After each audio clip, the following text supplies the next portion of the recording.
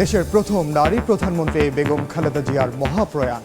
আপসহীন BNP নেত্রীর মৃত্যুতে শোকস্তব্ধ পুরো দেশ।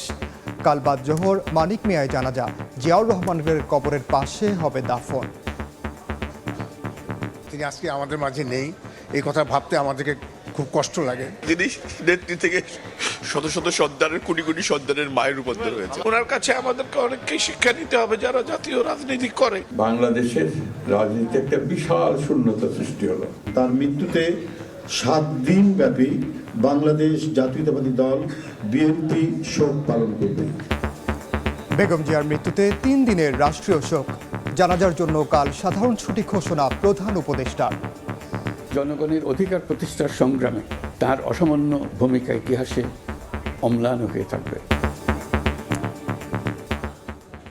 আপনারা এর মধ্যে জানেন, বিএনপি চেয়ারপারসন বেগম খালেদা জিয়া আজ ভোর 6টায় ইন্তেকাল করেছেন। ইন্না লিল্লাহি ওয়া ইন্না ইলাইহি রাজিউন।